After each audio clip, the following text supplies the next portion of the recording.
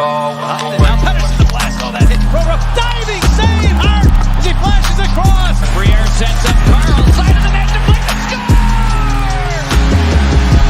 Briere moving in. Stop. Cuts to the middle. Still has it. Shot! Score! Here's Hughes getting it across. Oh, save! Dave Maher!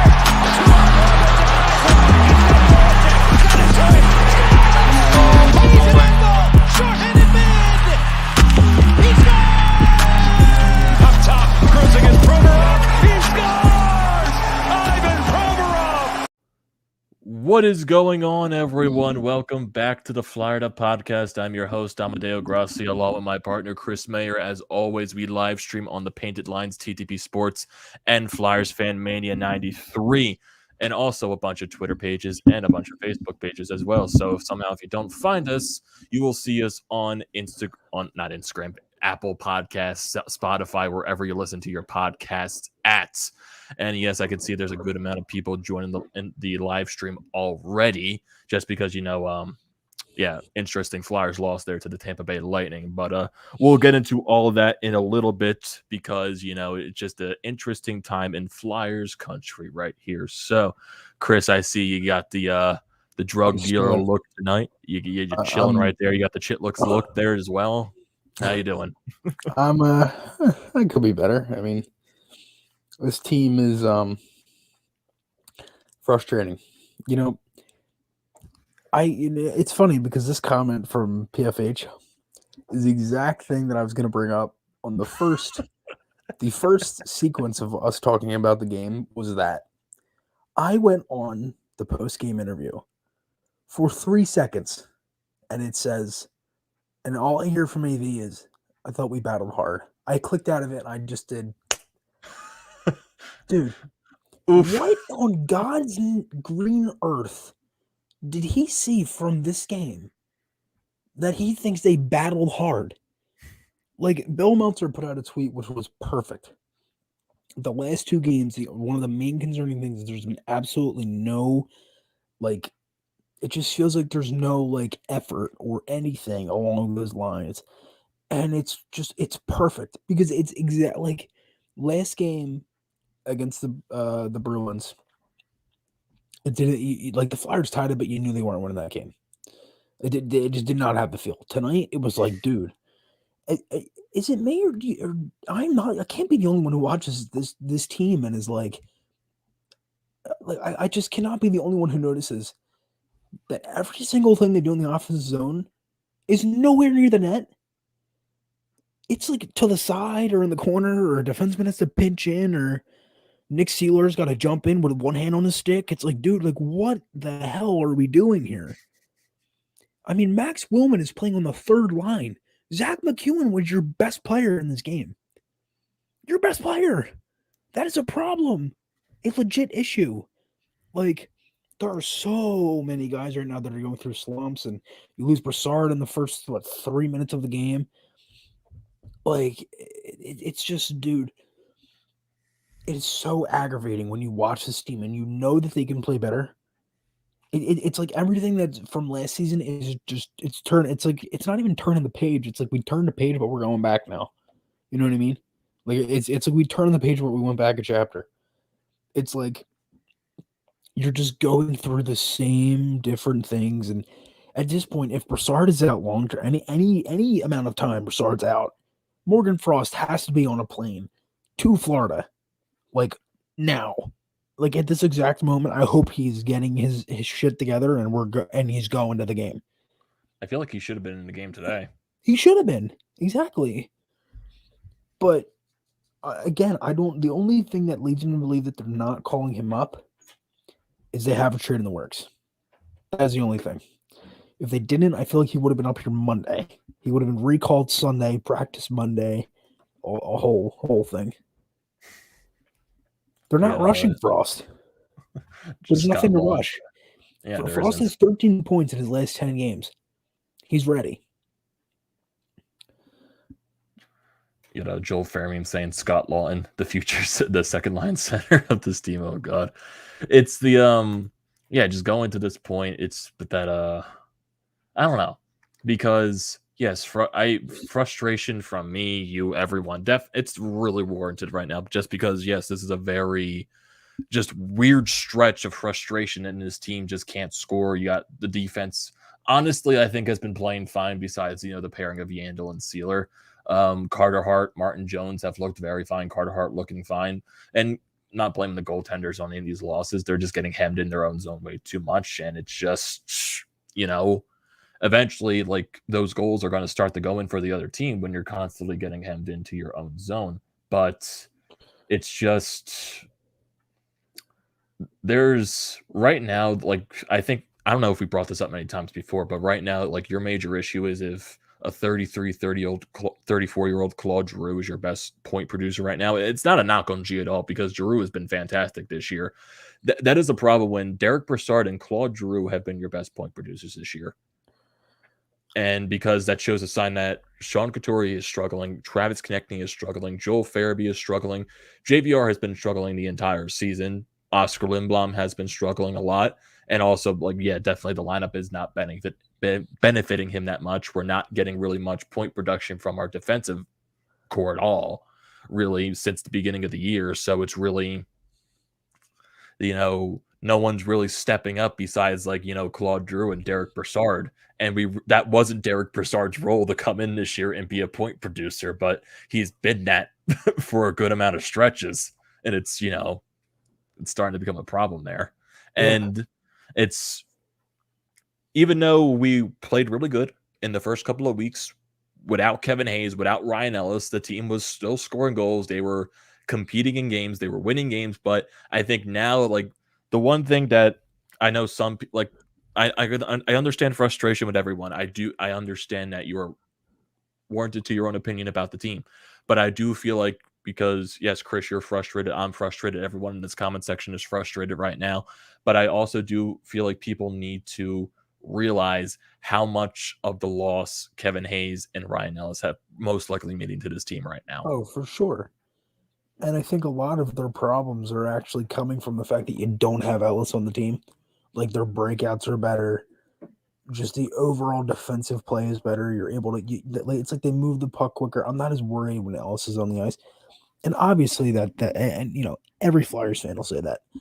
So I'm not necessarily considered in that point, but the fact that they were scoring like 4 or 5 goals a game and then just had a dramatic dip, what felt like it was a 2-game swing. You scored 5 against the Oilers and then 2 against Vancouver in a tight game, and then you get shut out. And then ever since then, they scored 3 goals or more twice. And one of them was against Arizona with an empty netter, and the other one was against Tampa Bay on Thursday. That was it. They were the only 2 times this month that they have scored 3 goals. Now you still have 4 games left this month. And the best thing about this is that, yes, this comment here, we knew it wasn't sustainable. Yeah, it wasn't sustainable. That is true. But a dramatic drop-off like that is worrisome. And then when everybody starts, doing, like, pretty much nothing, that's worrisome too. So, it's concerning when many guys are struggling. Essentially the whole team.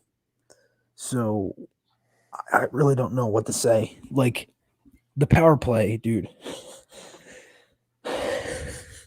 The power play. It's honestly laughable at this point. The power play is so bad. You only had 1 power play in this game, and you did absolutely nothing with it. But was anybody surprised? No. It's so aggravating watching this over and over and over again. The Flyers are very predictable, and when you dump, essentially their system, like, I don't even know what it is anymore. Like, their system is dump and hope. Let's dump it in and hope we get it. That's what it is. That's all it is, dude. Dump and hope. I like that. Dump it in. Let's hope we get it back. Everything's to the perimeter. Nothing's to the front of the net. There was one play in this game where Couturier circled around the net and actually took it to the net, and it felt like every player on Tampa Bay froze. It was like they froze in time because they were like, "Oh, what is he doing? Holy shit!" They took it to the middle of the ice. Oh my god! Like, and if the Flyers had did that from majority of the game, they might have been able to score a goal or 2.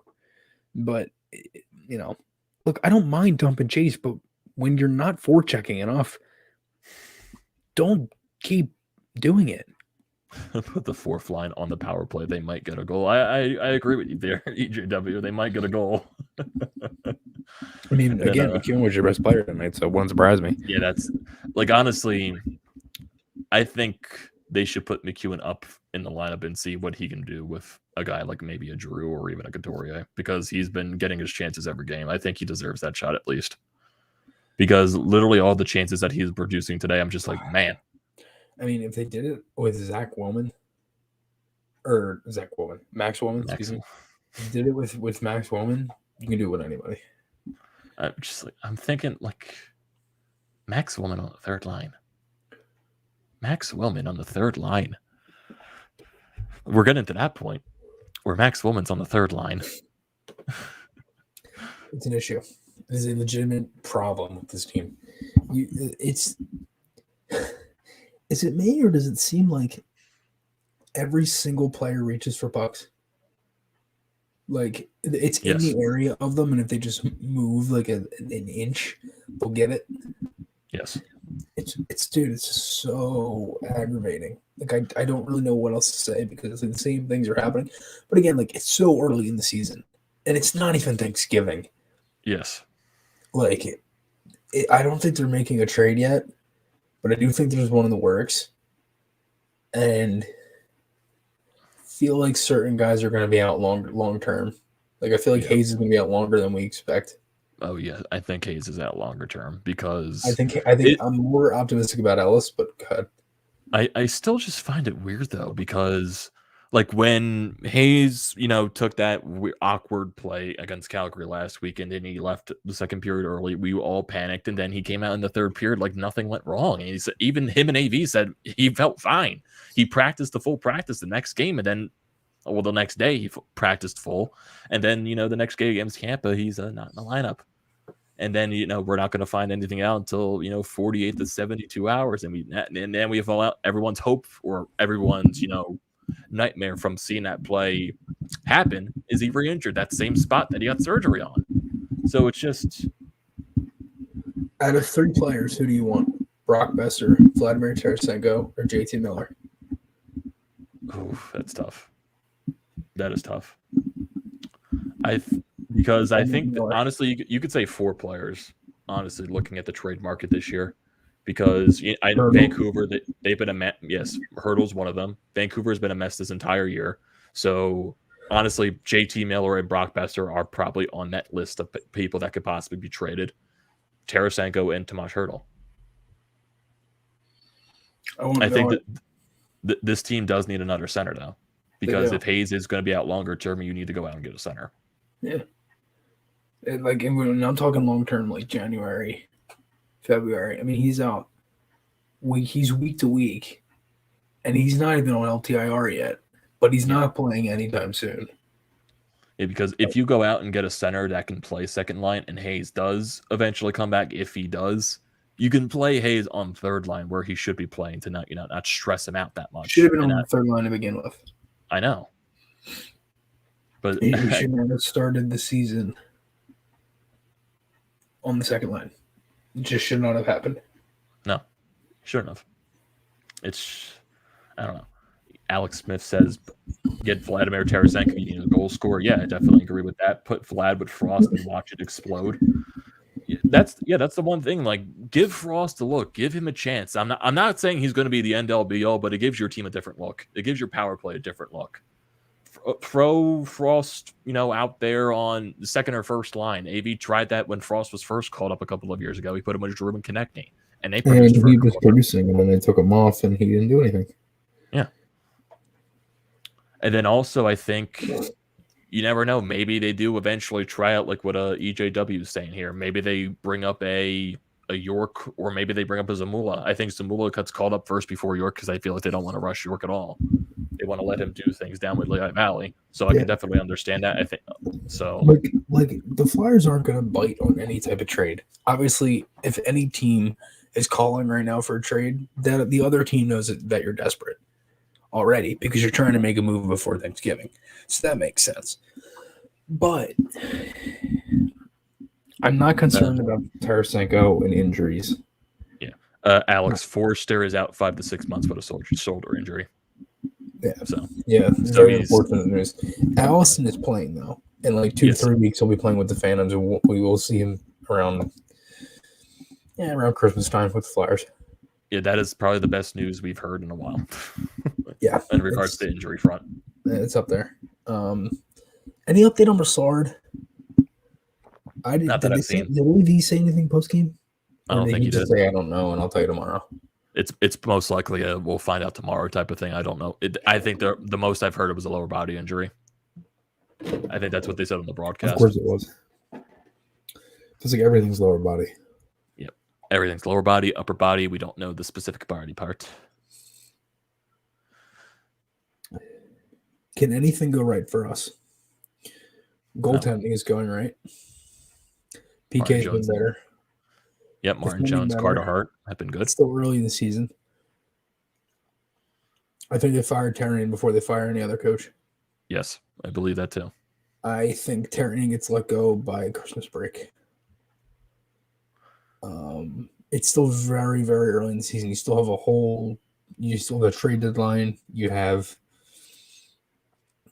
got any type of trade around Christmas that you do see happen in the league.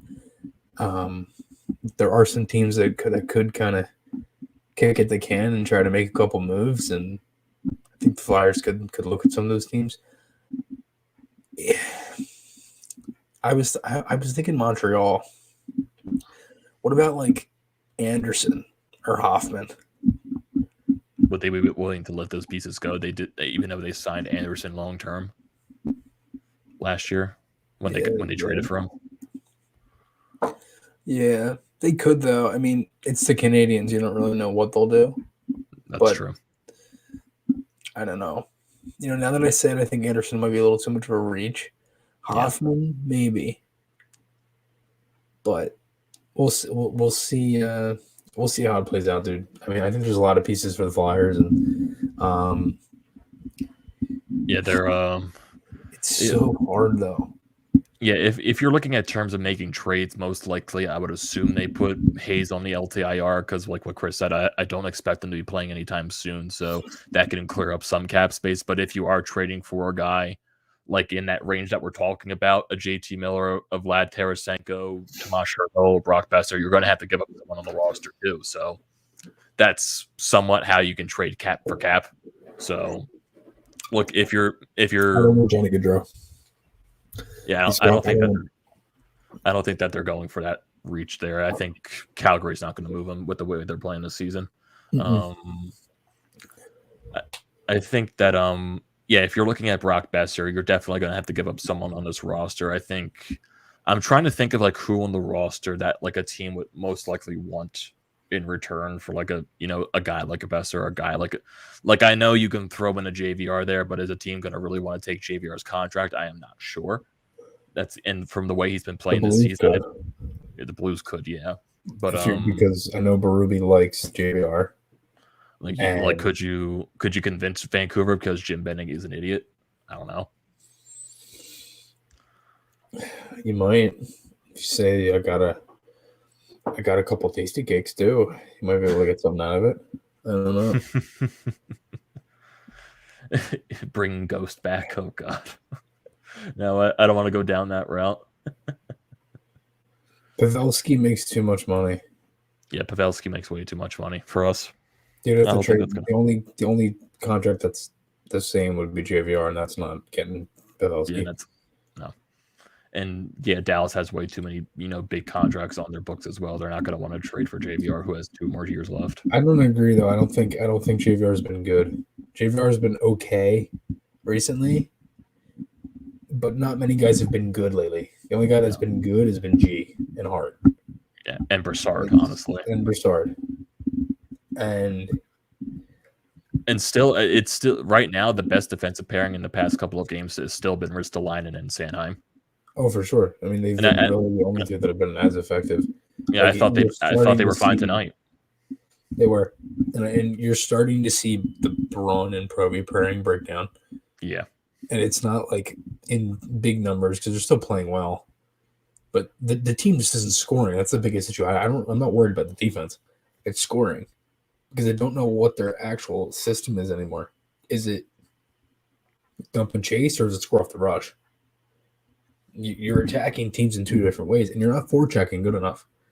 Like it's got to like me and you were just talking about this before we started. Like there has to be a game in these next four where the Flyers absolutely kick the shit out of some team. Yeah, I know. There's got to be where they win like 5-0, 6-1. Like they just explode because you can't be playing way like overdue for that. Yeah, it's just like I know Luke right here saying Farabee needs to get back onto his game, but like I understand like right now, being frustrated with Farabee. I still believe it's very unfair to judge him this harshly because one, he's 21 years old in the National Hockey League. It's rare to find a 21-year-old that dominates the league consistently without throwing in names like Austin Matthews and Connor McDavid. It's a rare feat right there. And Joel Farabee, he was an off and on player last year. He had a lot of hot streaks, had cold streaks. He scored 20 goals last year, and he's really in the first big slump of his career. I think it's I think it's kind of harsh to judge a 21-year-old that's still trying to find his ground in the National Hockey League. I think as he gets older, he'll eventually find that consistency more as he gets better. It's right now everyone's struggling at once. Atkinson's struggling, Couturier is struggling. I can't just sit there and pick on one guy. Yeah, the team is not scoring goals. It doesn't matter if this guy's doing this, that guy's doing that. And the reason they're switching up the lines, so there was a comment on that. The reason they're doing that is because they're scoring 1.5 goals a game. They're not scoring. You're going to change the lines. They're trying to find some sort of spark. They're probably going to switch the lines like every game coming up because you're trying to find something. And I don't mind them switching the lines. It's just I don't like the combinations they're putting out on the ice. Like Willman again on the third line, it can't happen. No. Oscar Lindblom on the fourth line, like come on. I think these lines were better, a step in the right direction, but it just didn't show on the ice. So when it does, obviously that'll be the telling point. But I think right now it's just very frustrating watching this team. Yeah, it's very, very frustrating watching this team. Definitely, it's just just weird that everyone is struggling at once, and that's just like, is it that going to be the entire season where? Okay, we're going to go through stretches where everyone's struggling. We're going to go through stretches where everyone's lighting it up. It's just no, but think about it though. Like, remember in 1920, like they had some stretches like this, where they just didn't play good hockey, and then they got it. Like, they just kind of kept battling it, like chomping at the bit, and they started to play better. Like, I'm not worried. Because again, it's a lot of things that are from last year that are carrying over that we're seeing. Carter Hart playing really good in the beginning of the year, them winning games, even though getting outplayed for a lot of it. And again, but I just don't feel like it's the same Flyers team. I don't. Like it feels differently. It can't be, right? Like, can anything be like last year? No, I don't think this is last year's team at all. This team is different. I don't think this is, the same excuse that a lot of people want to use. It's same old Flyers, because I just don't think that is the case.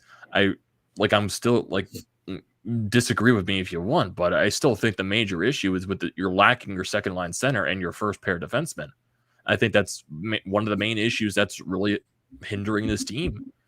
And I understand people are going to say, oh, that's just an excuse because a lot of teams that go through that type of situation, and it's just next man up mentality. Like, you've been missing your second line center and your first pair defenseman for basically a quarter of the season at this point. And now you're just starting to see the struggles with this team. Can we chalk it up to injuries then? Well, then people will just say injuries are an excuse to why the team is actually not good. I mean, it's not an excuse. People don't like excuses. Is it really an excuse, though? Or is it a legitimate fact? It is a fact, but people will just call it an excuse. I mean, I don't really care what people... I mean, you know me, I really don't care what people call it, but, like... Is it more of, like... certain things are changing over the course of time because they're not having these guys in the lineup, or is it the fact that they're just not building off to score as many goals as they were? Because I personally think it's just a very big slump, and it's not gonna break that easily. And I have a feeling, I do, in one of these next 4 games, this team is gonna come out and just blow the brakes off one of these teams. Don't know what game, don't know who it is, don't really care what one, but I have a feeling it's going to happen because you cannot just keep not scoring. You have too much talent. Yeah, you can't keep averaging under I want 3 them, goals a game. Yeah, I want them to shoot pucks from everywhere. Stop with the perimeter. Stop with the trying to make the set play, trying to do all that stuff. Just shoot. Shoot the puck. Shoot from everywhere. I really, and again, if you're able to get the greasy goal, that's fine. Once somebody gets one, it's going to start to open up for them. And I have a feeling it's going to be very soon that they have one of those outbreak kind of games. One thing the Flyers are missing is getting the puck into the zone cleanly without having to dump it. Who was very good at that? Jake Voracek. I feel like the power play would be better right now if Voracek was still on this team. Not because he was my favorite player, but also the fact that the way that Jake moved the puck and did it, like, it was crisp enough to where they were at least able to set up. You know what I mean? Like, they can't even get set up right now. And I feel like it's fair or not Farabee. It's Terrian. I said Farabee because somebody typed Farabee and I just read it and then said it. I feel like it's Terrian is the issue with the power play. Like, it's not the personnel. It's not any of the other stuff. It's Terrian. Like, they have a different unit like every game. They don't have a set unit. They haven't had one to start this entire season. No. So, I don't know. Well, I mean, they did have this set unit to start off the season when they were actually clicking, but then Terrian just randomly decided to change the units that's what I mean. Like, they just broke it up. It's just Joel Fairman says he wishes that sometimes he was an Avalanche fan. Here's some news for you. The Avalanche still haven't got past the second round yet, but I know that's just me being stupid at that point. But I feel like you would be frustrated of a team that can't get out of the second round for some reason. I'm not sure. I don't know. It feels like the Avalanche, if they can't get out of the second round again, they'll like start getting that Capitals like thing when Ovi wasn't able to get out of the second round and stuff like that. I feel like eventually that's what NHL fans are going to eventually do to Colorado. It's like the same thing that's with Toronto. They can't get out of the first round ever since they start making the playoffs consistently. But it's one of those things. Yeah, dude. It's I don't know. Yeah, it's what Soda says. I hate comparing it with other teams. Yes, Soda says it right here. He says right now the system isn't working. This team has the talent. Like right now, the system isn't working for them. Like I don't know. Like, do you just make that minor change with the coaching staff? Do you fire a guy like a Michel Therrien? Get someone else in his coaching staff that can run the power play. I know AB says, yeah, he calls it what do you call him, French Mike or something like that. Something like that. Yeah, exactly. What system? what system? Because it's you don't know what it is right now. It's like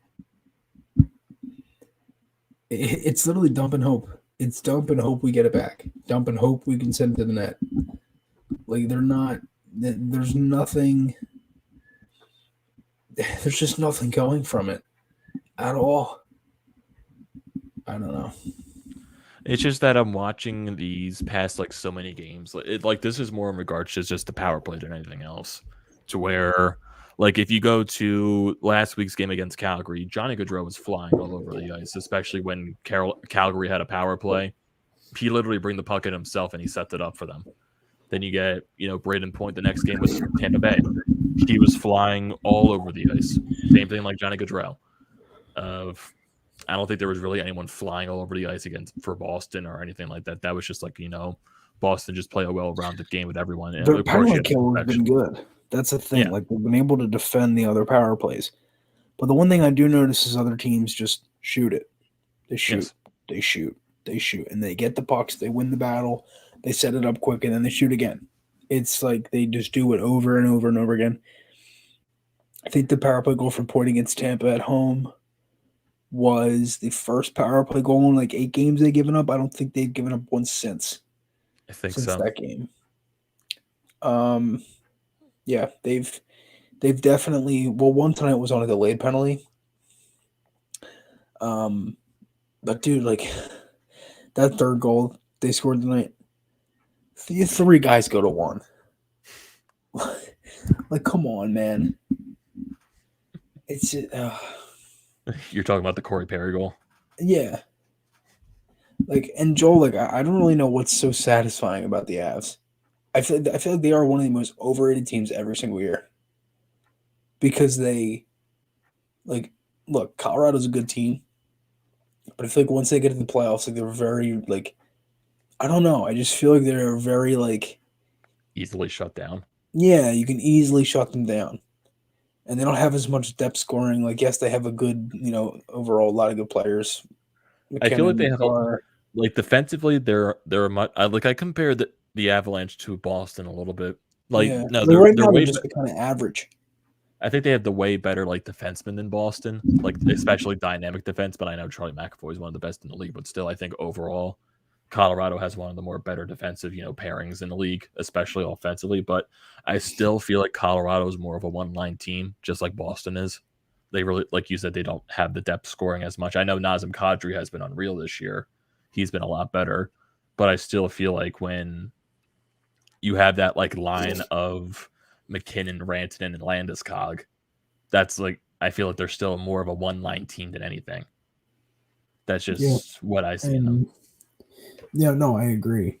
I mean, like, I do agree with that. They're fast. They get constant chances, but I feel like they're not as good defensively this year. And they've honestly, like, they've also battled injury a good amount. Yeah. So I don't know. I don't really watch many of the Avs games, but I feel like from what I've seen in the playoffs from them in recent years, they're very easily shut down. Like, you can shut them down pretty easily. And when they give up a couple goals, they don't necessarily play the best. So, I mean, if Flyers fans right now think that they're, in a pit of hell right now, everything is miserable for them, think about the Vancouver fan base.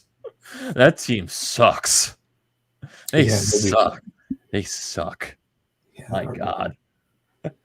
They are bad. And they are in the midst of, what do we do now? Because Pettersson has been struggling tremendously this year. There's already been like all these rumors about JT Miller, possibly getting traded. He wasn't in the lineup today, or he wasn't on the ice for practice today when they play in Pittsburgh, or in Pittsburgh actually. So everyone's going to start, the trade rumors and all that stuff. It's just, I mean, Joel, the Flyers fan base is, if you look at the Flyers fan base on social media, a lot of them think the Flyers suck. So I think our fan base is 95% negative. Yes. Like, there's many few positive people. And it's understandable. Nobody's in denial that this team sucks. Everybody mentions that the team sucks. But they give you that glimpse of hope that, like, oh, we're back. And then they give you that glimpse of, oh, we suck again. Like, nobody's... And another thing is, too, is because they've done it wrong is a problem. You've been in the constant swing of mediocrity for a decade. It's pretty hard to deny and say that your team is either good or bad because you've just been... But should they be? Like, we know the team should be good, but are they going to be good? Like, we said this last year and they sucked. Yeah. Like... They have the players and they have the talent, but what is the issue? If they have the players, they have the talent, what's the issue? Again, you have to figure out if this is a slump or if this is you don't have enough talent to score. And I think it's a large, deep slump. I don't think it's like Jason Martinez said it best yesterday on our podcast. He said, like, they need to figure out if this is a slump or if this is they what don't the have team enough talent is. to score, and they have to go out and do something. And if they do, then that's fine. Did anybody think this was going to be a one-hit wonder and this team's going to, miraculously get back to the Cup final? Hell no. Some people didn't even have this. I had this team in a question mark. I had a feeling that it was going to be they get in second place, they have a really good overall year, or I had a gut feeling too that they would just be kind of a bubble team or miss. Nobody really knew. It's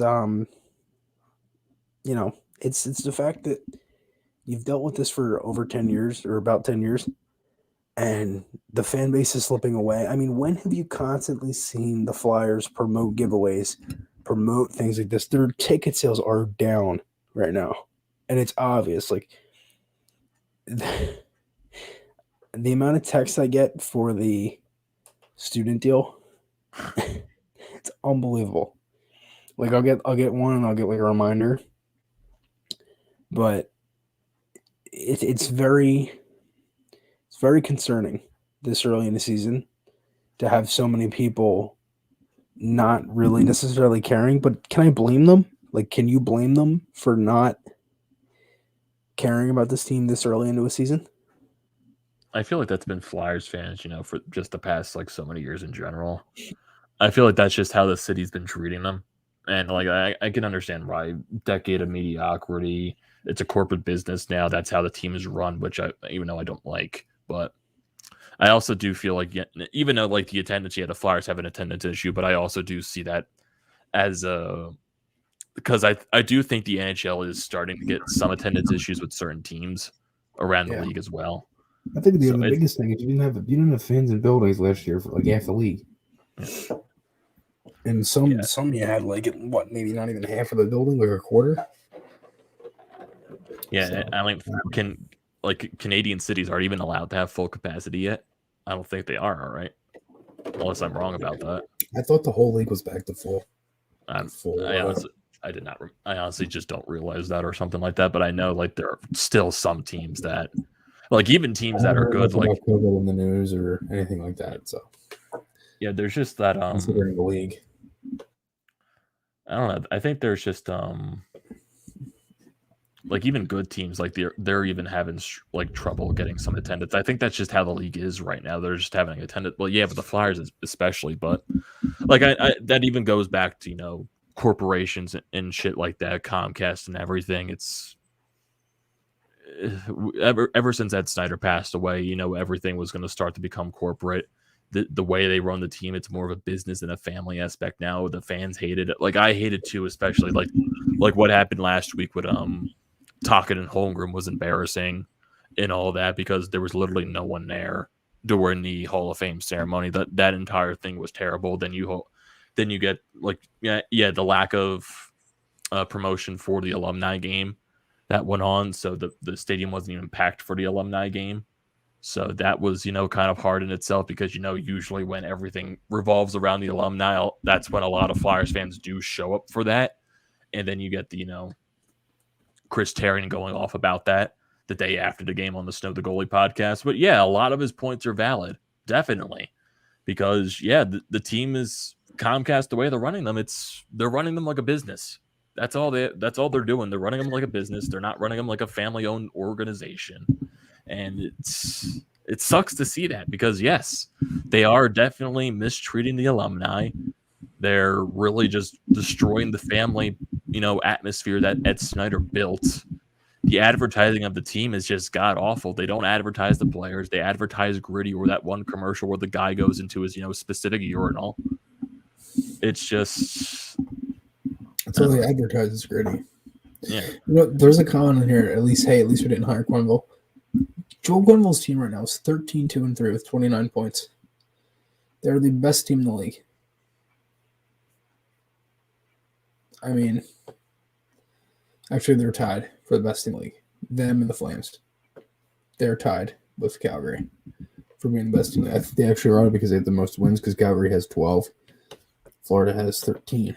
So they are the best team in the league. Actually, no, Carolina's 14. So they're up there. Whatever. Calgary really likes the shutout teams, though. They have a lot of shutouts this year. Yeah, you're right, Joel. That was a major brain fart by me. I forgot Quenneville was fired. Yeah. Yeah. So that's an interim, right? They didn't get a new coach yet, right? No, they have the guy on the interim basis right now. I don't even think they're gonna hire a new coach with the way they're playing. I think it's still the same system basically. So I don't think that's gonna change anything. That's a major brain fart by me. That's my bad. I forgot about that entire situation. How he was let go because they never did get a new coach. But how is it that teams like Pitt, Washington, Tampa have cups in their bellies or mean more hungry, and they play better than the Flyers because teams like that have gone through adversity every other year. Like the Flyers have gone with adversity for like a decade, but they've tried to like switch it up and do different things, and it just doesn't work. Like the Caps lost in the first round like 5 years straight. I think won the Metropolitan Division every single year from 2015 to 2021, and then only won the Cup one time. It couldn't get out of the second round. Yeah, like could not get out of the second round. Like lost in the first round a couple times. Yeah, the 1 year they get out of the second round, they win the Cup. Yeah, it's how it is, man. And sometimes it takes years to build a championship team. I mean, Tampa Bay from look at how long they've been. Like that rebuild from Steve Yzerman starting from the early basically after the that Eastern Conference final appearance that they had in 2011, the rebuild starting after that. You get Steven Stamkos, you get Victor Hedman, you get all these other players that Yzerman drafted, and then you build a team that goes to the finals in 2015. They learn that first step there. They start to become better and better every year. You get the President's Trophy winning season where you get swept by Columbus in the first round. You learned from that. You won the Stanley Cup in the bubble. Then you win back-to-back Stanley Cups the following season. So that team just learned how to win. And yeah, like if you want to say the Flyers just weren't built properly, like you could say that all you want, but right now it's just Fire still. Like when you're for Pittsburgh, when your team's built around like two of the best centers in the National Hockey League and two of the top 100 centers in the National Hockey League of all two of the top 100 players of all time in the National Hockey League is how I should have phrased that, but end up getting Malkin and Sidney Crosby. You build the team around them, they're going to be competitive every single year. That's just how it is. Yeah. This is a good tweet, though, from Jordan Hall. He said, just my 2 cents. In 2019-20, the Flyers had 2 4-game losing streaks before Thanksgiving. Got to give things a little bit of time. That's the other opposite thing of this. How negative are we going to sit here and be? How, like, I know as aggravated as we are and how frustrating it is, it's not even Thanksgiving. You know what I mean? It's not even Thanksgiving yet. We're in a minute or a day from it, but still, you get my point. It's like, we still got a lot of time here. We're both of us here are frustrated as all of you guys are. Yeah. We're trying to remain as positive as possible because, like Chris said, it's not even Thanksgiving yet. Mm-hmm. There's so much time for this to turn around. You are at Thanksgiving. You don't have your top 2 center. Your second line center. You don't have your top pairing defenseman, and you still have 5 months left in the season. Still, yeah. Like I understand the Metropolitan Division is a very tough division, and every team is winning right now. Are the Rangers going to keep up the pace that they're on right now? Are the Capitals going to keep up that pace? I have no idea. Look at the Metropolitan right now, because Carolina. they're the best team in this division. I'll give them that. Like I feel like they could probably win the President's Trophy win if they keep this up. The Capitals, are they going to keep up that 11-3-5 pace? Are the Rangers going to keep up that pace? Like right now, they're 11-4-3. Their goal differential is 0 right now. So it's a team that can score, but they also give up goals. So is the way they're playing sustainable? I have no idea. Yeah. If you look at Columbus right now, is Columbus's record sustainable? 10-6-0. Merce Lincoln's has been amazing this year for them. Pittsburgh right now, they're 8-6-4. New Jersey, they're 8-5-3. Flyers, they're 8-6-3. Islanders, they're 5-8-2.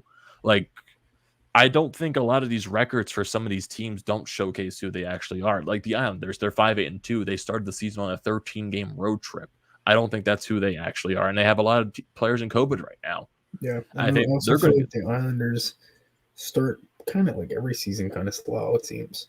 Yeah, and that's why I just don't want to underestimate the Islanders because I do feel like now with their schedule evening out with home games and road games now, I feel like they will get better. The Devils, they're off to a hot start, but they're 8-5-3. Their goal differential's a -1. So they're still a team looking right now that they're struggling to score goals. They've only scored 5 more goals than the Flyers. Well, the Islanders are actually a team that's really struggling to score.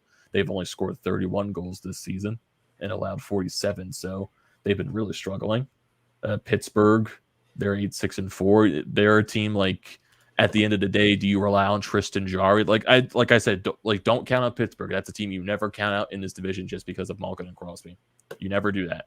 Just don't count them out. Columbus, I feel like eventually they're going to die off from this hot start that they're on because I just don't think at the end of the day they're a good enough team.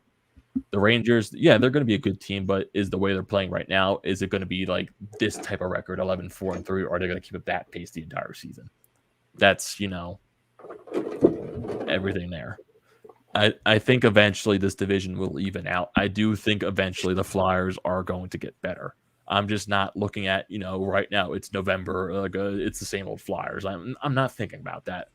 I'm not trying to be as irrational as most people are. I'm trying to be, looking at the outside, looking at it at this point. Like, if you want to say I'm looking at the glass half full or something like that, or I have the wrong opinion, go ahead. Go ahead. You are entitled to your own opinion. Me and Chris are entitled to our opinions. Like we're trying to remain as positive as possible with this team because we see that there's still something that they're not showing yet. And if you look at a lot of the games, they're still losing. They're still in these games. It's like they like this game and the Calgary game a couple of weeks ago when they got shut out 4-0. Okay, they weren't in those games at all. They got outplayed a majority of it. Mm-hmm. But looking back at a lot of these other losses that they've had, they lost to Pittsburgh. You could say they got dominated throughout the entire game, but they still managed to pull it to overtime. Carolina, they pulled out a win. Carolina was the better team, but the Flyers pulled out a win. Okay, I would say the game against Tampa Bay last week, they held their own against Tampa Bay and they managed to hang on into the game. Yeah, the Calgary game last week, they got better as the game went along. Yeah, it's frustrating because you're losing games. Probably could be winning, but you're also, as you said, you're in a lot of games too. And maybe if you get some offense, you might be able to win a couple of those games. But look, it's still a very, very early into the season, and I'm not going to overreact, but I'm a little concerned. But I don't think it's going to continue. So we'll see how it goes. It plays out. You say Pens didn't have their best lineup against the Flyers. Okay, the Flyers didn't play their best game that night against a team that didn't have their full lineup. Okay, that doesn't showcase who the Flyers are. Toronto lost 7-1 without Crosby, Malkin, Rust, Letang, and Carter. Yes. It doesn't mean anything. The Penguins always play better. Yeah, they always play better without Crosby or Malkin in the lineup. Yeah, without any of those guys. I mean, it's not great because you want to take advantage of them.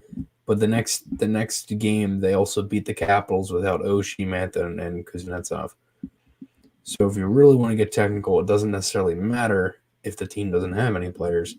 There's really no hard game in the league anymore, and the Flyers are still able to pick up a couple wins. And I feel like that game against Washington was one of their best games of the month. Yeah. And if you look at the rest of their schedule upcoming right now, so you got tomorrow's game against Florida. You got Black Friday against Carolina. You got Sunday against the Devils. You got the Islanders next Tuesday on the 30th. Looking at their schedule for the month of December, it doesn't get any easier from there. You open up against the Rangers on December 1st. You got a back-to-back at home. It's a little easier at the end of the month, but to start it's not so great. Yeah. You got the back-to-back at home between Tampa and Colorado. You go on the road for 3 straight games against the Devils. Then you have back-to-back against Vegas and Arizona. Then you're back home against the Devils. You go on the road against Montreal. You're back home against Ottawa and Washington. Then you go on the road against Pittsburgh before the Christmas break. And then you return from the Christmas break on your West Coast road trip between Seattle, San Jose, then Anaheim, Los Angeles eventually. So there's that. The schedule doesn't get any easier from there. I do like we said many times. I do feel like eventually, as the season progresses, this team is going to get better. In my honest, yes, right now it's concerning because they don't have the goal scoring right now, and everyone is struggling. I don't think the struggling is sustainable. I do think they'll find a way to snap out of it. And like Chris said, they are due for a game where they score 4 or 5 goals. Like it's just inevitable at this point. And I feel like when they do have that game, they'll find the confidence in themselves, to find that scoring consistency.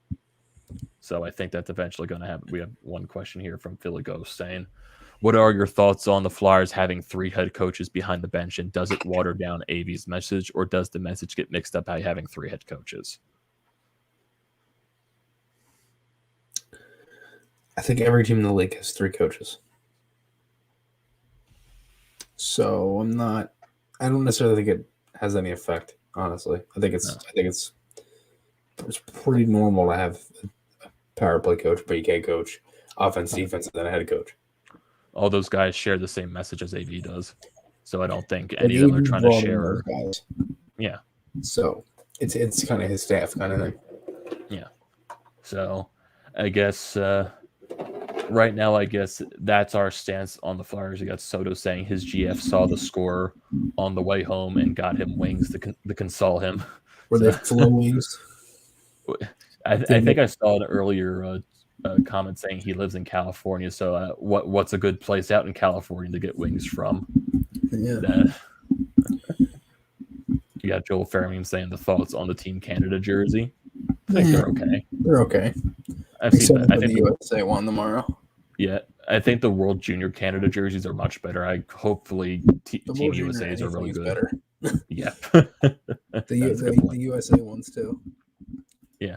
I'm trying to let me bring up the tweet from USA Hockey so I can find what they said. USA Hockey, and see like the little preview that they had of the jerseys.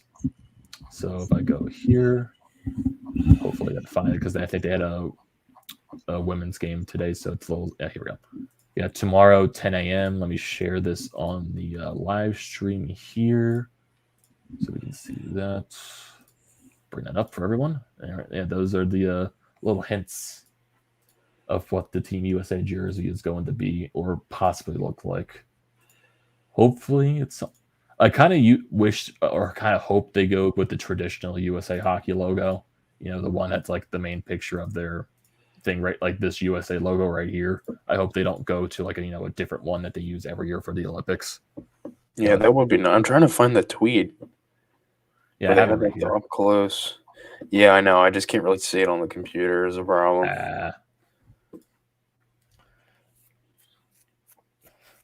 And that's also true. Joel Fairman says a World Junior tournament is coming up very soon. Yeah, by Christmas time, you'll have the World Juniors coming up. Yeah, I don't think there's going to be any Flyers prospects in it. Yeah, probably not. Maybe Tuomala. Maybe. For Finland. Maybe two. What about Emil Andre possibly? Would he be in it? For Sweden? Yeah, probably. It's probably it. I really feel like that's all in terms of Flyers prospects, really. It's like what I'm trying to think is blanking on his name at this point, but it'll probably come back to me eventually. Got EJW saying he's calling it Braun and Nate Thompson will score a goal tomorrow. And that'll be a good bet there to probably win you a couple of dollars if you bet those guys. Oh my God. Joel Fairman says that the USA jersey, it's going to be a diagonal jersey like the Rangers. I hope it's not. Stan, what country are you listening from? Your country isn't qualified this year for the World Championships. That sucks. Is it Germany? Are they not qualified? I don't think they had the best tournament last time. Interesting. I'm trying to think who was the Germany? I'm blanking on Austria, maybe. No, I still France. Well, that's cool though. I didn't know you were from France. That's awesome. That's cool. French listener right now. That's cool. How far is that? Like a plane to France? That's got to be at least 7 hours. Because when I went to Yeah, Italy, but that it's was a 7-hour flight. Probably 2 different flights, right? You probably fly to like, I don't know. You probably fly to somewhere and then fly to France. Because when I flew to Italy, that was one straight flight from JFK to Italy, or Rome, I think, is the city we landed in. To Paris. Let's see. It's 6 a.m. where you're currently at, so oh wow, you're listening to this podcast at 6 in the morning. I appreciate your dedication to that. Because right now it is a quarter after midnight for us. It's a 7 or 8 hour flight. Yeah. See, it says you could take a one trip, like a one stop. So that ranges on the different hours. Like this one's 9 hours. This one's 12, 10, 12, 10. He says Belmar played okay tonight. He said you used to play against Pierre-Edouard Belmar. That's nice. That's cool to hear. That's awesome. Yeah, Belmar actually listened to our pod, I think. Yeah, I think it was one of the episodes where we first had Derek on for the first time, and he said Belmar would listen to it. Yeah, that was a good show. It was one of my favorite ones. And yeah, he sent the message to PEB, and I think he listened to it, which was pretty cool. Yeah, I just definitely have Derek on in a future episode. I just messaged him saying if he wants to join us, like either this weekend or early next week. See if we can have a guest on for the Florida podcast. Get some other thoughts. Yeah, get some nasty knuckles appreciation here. You definitely have to do that. Yeah. Shout out to Travie B too, Travis Banghoff. He does a lot of stuff for Knuckles, and he's a good dude. He does a lot of behind the scenes stuff. He's one of the biggest reasons why that podcast is really good. Wait, Stan, you watched that game in the middle of the night? Probably. From staying up so late and being at 6 in the morning right now. It's probably around 5 hours ago. It's probably about 1 o'clock in the morning. Game started. It has to be at least. Yeah. 1 o'clock. Right. Yeah, right now I'm not seeing any update on Persona. Love afternoon games then. Yeah, I don't think there's any update on Derek Broussard at all. I think we're not going to get anything like that until tomorrow. Stan, do you follow me on Instagram? Or do you follow me or Amedeo or any of us? or even on Twitter. Yeah, or do you have Instagram or Twitter or? Oh wow, that's awesome. Fan since '91, rarely miss a live game. I love the dedication there. I love the dedication. Watching games at 1 a.m. We could think. I want to try to do something where it's either like if one of us like gets the press box for one game, like for Flyers Nitty Gritty, like we do something there, like either before a game or something like that. Like you just gotta hope the Wi-Fi cooperates with us. Wi-Fi gives me major issues on my computer. Like unbelievably bad Wi-Fi in the pay box. It's not fun. That's the thing, because when I was there, my computer automatically connected to the Xfinity Wi-Fi, not even like the arena's Wi-Fi. It's not even the press box's fault or the Flyers. It's just the Wi-Fi at Wells Fargo was just bad. Yeah, so many people are connected to it. Mm-hmm. Like issue. I think at that point, like if we were going to do something like that, like if it was me or you, like we had to hook up like our mobile hotspot or something like that. That's how I use my computer. You have to use my mobile hotspot, and that's my phone works on LTE, so that's fine. Mm-hmm. Like my game note doc and Twitter, it'll tweet things. It just takes a second or two to tweet it, but it still works. Yeah, because do you know when your next press box game is, or do you not know yet? I don't. Because I think my next one is December 6th against Colorado. So if that's like the earliest one, we can definitely do like a little live stream before the game or something like that. Or I'm not sure if they'll allow us to do it during the game, but we could definitely do it like before the game or something like that, because I usually like going there early, like around 5:30 or something. Yeah, I like going early too. But we'll see. We'll see how it plays. But I'm definitely down to do a live kind of thing. Or we did it one time for the Painted Lines. We could do it again, the live one. Hey, I'm trying. Get dives on. That's something that we could definitely do in the future. I'm trying to one thing I wanted to point out before, because we're getting into the hour range. Also, off NHL topics. So I think everyone has probably seen this over the past couple of days, and they have made fun of it so many times because it's just absolutely god awful that this is even a thing. So You're talking about the Devils jersey, aren't you? yes, Figured. yes, I am. Is I'm it just pants, sock, helmet, glove, I'm just like, shoulder pad, how Chin in strap? God's name, pant buckle. how this is just awful. It's horrible. This is just Marty awful. Brodeur This was is, good at many things, not creating jerseys. like, I can understand like the history behind this jersey because they're saying it's from a very old Newark hockey team, so I can understand that. But also, if you look at resemblances to, other teams' jerseys, specifically the Chicago Blackhawks alternate jersey that they've wore, I think they're still wearing this And year. the Winter But Classic jersey for 2018-19. yeah, and let me not open up that link. Let me try. So if Yeah, if they're alt and they're Winter Classic. It looks very similar. it's just, my goodness. And I just love the jokes that everyone is making. Like, even the Devils, like, I have to respect the Devils for doing this. Like, coming soon, like they say, hat for the hat. Yeah. Like, I gotta respect the Devils for doing that because everyone is just cheese. And Joel Fairbairn saying, "How did a bunch of people being paid look at this jersey?" Says, "Yeah, that will go great with the public." Like, how did this get by PR and say this is good? I understand Marty Brodeur, like you said, Marty Brodeur is like, I know he's well respected, but no. Yeah, that was not his best decision. I don't mind it, but look, they might be better on the ice, but it looks like a practice jersey. Yeah, it looks like the what the Flyers did for the Stadium never Series. had a jersey, an alt jersey, so maybe No, it's a start. Like, this is their first alternate jersey in their history. Yeah, but like everyone, like in the Devils fan base, yes, was dying for a black jersey. This wasn't it. This is not what they wanted to see.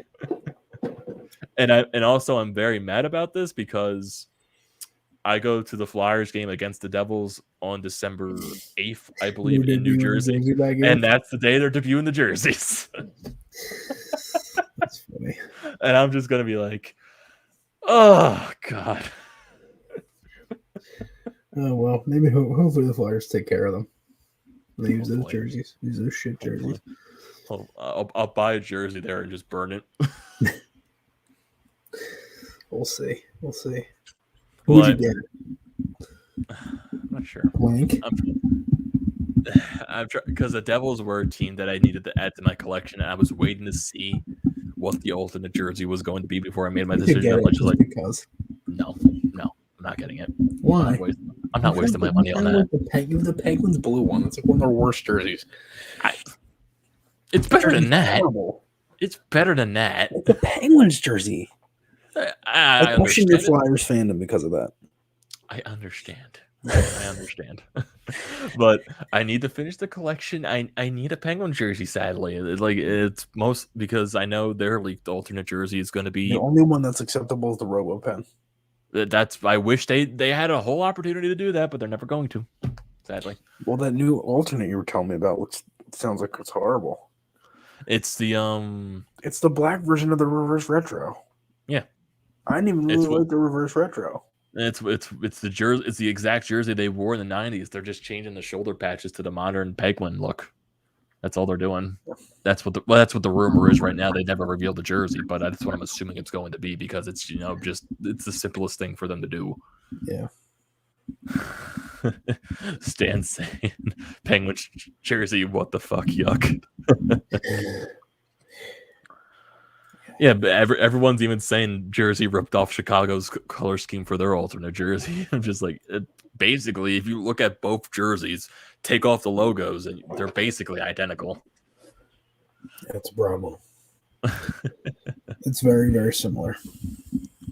And hopefully because I know like of people talking about the Flyers jerseys, especially when we saw the alumni game last week. We saw the one team wearing the 90s orange jerseys, the other team wearing the 90s black jerseys. That it's just like Philly Express can make these jerseys. Like, hey, put these jerseys out in Adidas, man, they'll sell. Yeah, and that's the thing. If the Flyers actually had a legit rebrand, I kind of wouldn't mind some orange helmets. I don't know how you'd feel about it, but for an alternate jersey to wear like 4 times a year, an orange helmet would look pretty cool.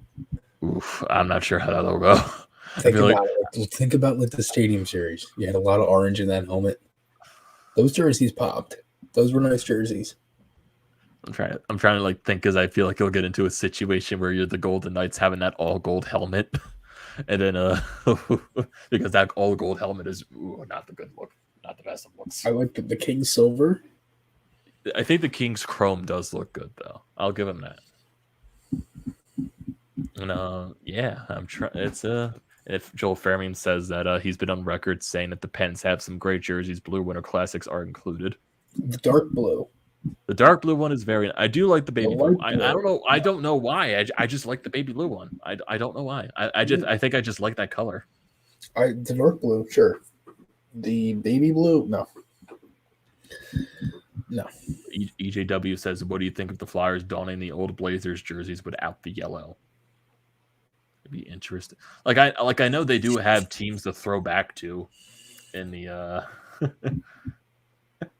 Wait, which guy called the video clickbait? Somebody called my video clickbait when they were looking for alumni game highlights when I just did a game recap. And if I had game highlights, I would have put in the title game highlights. But somebody started saying it was clickbait. I was like, dude, you don't understand. I do this after every game. I thought it was funny. I suffer after every game. Yeah. I do this for a living, bro. Yes, this is what I do. I'm trying to think of the team histories in Philadelphia. Like, yeah, you have the Quakers, you have the Blazers, you have the Firebirds or Thunderbirds, whatever they're called. Did you see that new football team that's coming? The Philadelphia Stars. Yeah. What is that? An arena football? No, it's it's the USFL. It's another like one of those like the XFL, the AFL, whatever they called it another couple of years ago. They're just doing something. AHL of the NFL. It's not. It's a pro league. It's not a minor league football team. It's not a minor. It's a spring football league that they're doing. It's what they did. I think they said they're going to try to start around April and go to June, but it's one of those similar situations. The way they said it when I saw in the article that every team that is going to play at one neutral site right now. So they're just going to pick one stadium, and that's where every team's going to play. So they won't even have home or away games? No. That sucks. I would have liked to see one of those games because it's funny as a kid.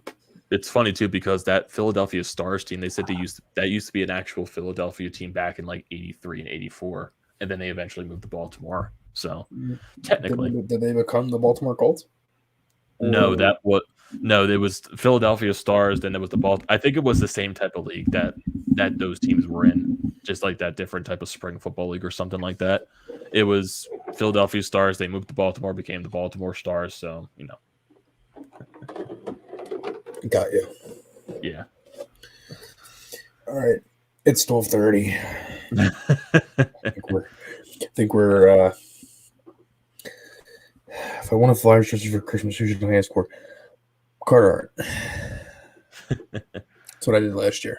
I see two guys saying a dawning right here. I'm not sure what you mean by that, but dawning. I don't know what that means. I'm gonna look it up. Like I don't know where the context of you guys saying dawning in the comment section is, but like what Chris said, it's almost 12:30 for us. I think it's a good time to end this podcast. Very frustrating time, but we both believe it's eventually going to get better. So hopefully that does come to fruition. Joel, what? I've lost the last 6 weeks. Kucherov and Pointer out long term. I'm screwed. Oh God. Yep. So Right now, we're in frustration mode. Chris is losing in his fantasy team for the rest of his life. Everything sucks right now. Yeah, my fantasy team is a wet newspaper at the moment. Oh boy. So thank you everyone for joining this edition of the Flyered Up podcast. Definitely do not forget to check out everywhere the Painted Lines on their YouTube social medias. Definitely check them out. Definitely check out our individual Flyers YouTube channels. For me, TTP Sports; for Chris, Flyers Fan Mania 93. If you want to see our individual recaps of this past game against Tampa Bay, you can definitely go check that out right after this live stream, or check it out tomorrow morning whenever you want to do that. And also follow us on our individual Twitter accounts, Instagram accounts. Definitely go see us there. All those links are down in the description below to check those out. And same thing for if you didn't listen to this live stream on time, it's going to be up on Apple, Spotify right after this live stream is over. So definitely check that out if you missed a good chunk of this live stream. So thank you everyone for joining this edition of the Florida Podcast. I'm your host, Amedeo Grassia. He is Christopher Maher, and we will see you next time.